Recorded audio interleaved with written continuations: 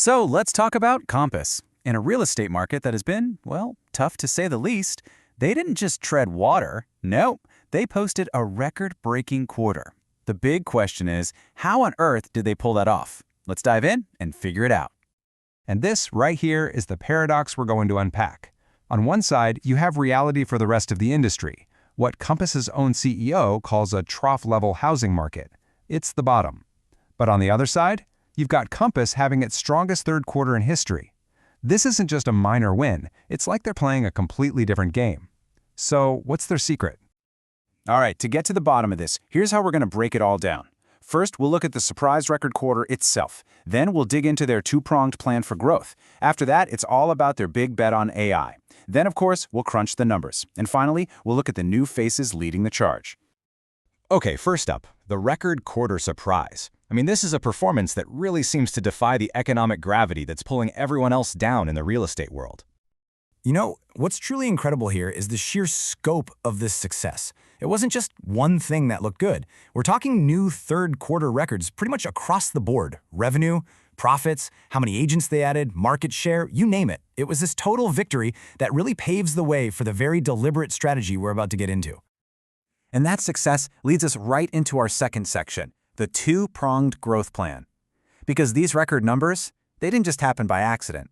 Oh no, this was the result of a very carefully engineered strategy for expansion. At its heart, the strategy really boils down to two huge components. First, you've got this massive industry-shaking acquisition, the Anywhere real estate deal. And second, they have a proven blueprint for growth that they've already used successfully with Christie's International Real Estate. So one is about getting bigger, and the other is about getting smarter with what they buy. So let's talk about that first part, the Anywhere deal.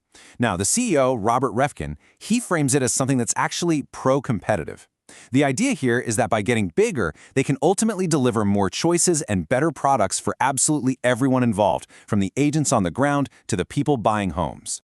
And make no mistake, there is some serious financial logic behind this move. The company now thinks it can find over $300 million in cost savings, or synergies, from this deal. And get this, that's a huge jump from their first estimate of $225 million. It basically tells you that the more they look, the more value they think they can squeeze out of this. Okay, now for the second part of the plan. If you're an investor and you're worried about how they're going to actually grow after such a huge deal, Compass basically points to its experience with Christie's. They're saying, hey, look, we've done this before. We know this playbook. We buy a great brand, and then we grow its business, we grow its agent count, and we make it more profitable. It's their proof of concept. Now, let's switch gears a bit and get to what I think is the really futuristic part of this, Compass's big bet on AI. This is where their strategy moves from corporate deals to cutting-edge tech, and honestly, it might be the most important thing they're doing for their future. So, what is this big bet? Well, it's called Compass AI 2.0. And let me be clear, this is not just some fancy chatbot. They call it an agentic AI platform, which is a techie way of saying it's designed to be a true assistant, something that can handle complex tasks for agents just by using their voice. And it's not a fantasy, they're already testing it with clients. This AI model represents a massive shift in how real estate works. CEO Robert Reffkin basically argues that the old way, the big real estate websites, is broken. It sends buyers to whichever agent paid the most money for that lead. This new AI model, it completely flips the script.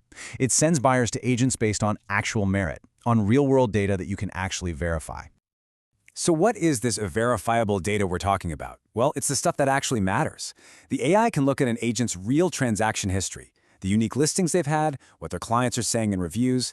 The bottom line is, it's about how good you are at your job, not how big your advertising budget is. All right, that brings us to section 4. We've talked about the strategy. We've talked about the tech. Now let's see if the numbers actually back it all up. Let's break down the data from this wild quarter. First, the big headline number, $1.85 billion in revenue for one quarter. That's a new company record, and it's up almost 24% from the same time last year. And even if you take out the big acquisitions, their organic revenue still grew by 11%, which is super impressive. And the story on the profit side is just as nuts. Adjusted EBITDA, which is a really good way to measure how the core business is doing, it just skyrocketed by 80% year over year. Look at that jump, from $52 million to nearly $94 million. They blew past their own predictions. Okay, so let's zoom out and look at the whole picture here. Transactions are way up, way more than the market average. They added a record number of agents without having to buy them, and their cash situation looks solid. But you might have noticed that one line item, a GAAP net loss of $4.6 million. That kind of seems like a red flag, right? Well, here's the crucial piece of the puzzle. The company had about $7.5 million in one-time costs, all related to that big merger. If you pull those temporary expenses out of the equation, Compass would have actually made a profit of $2.9 million. So the core business itself was in the black. All right, finally, let's get to our last section. New faces, new challenges. When you're making moves this big, you better have the right team in place.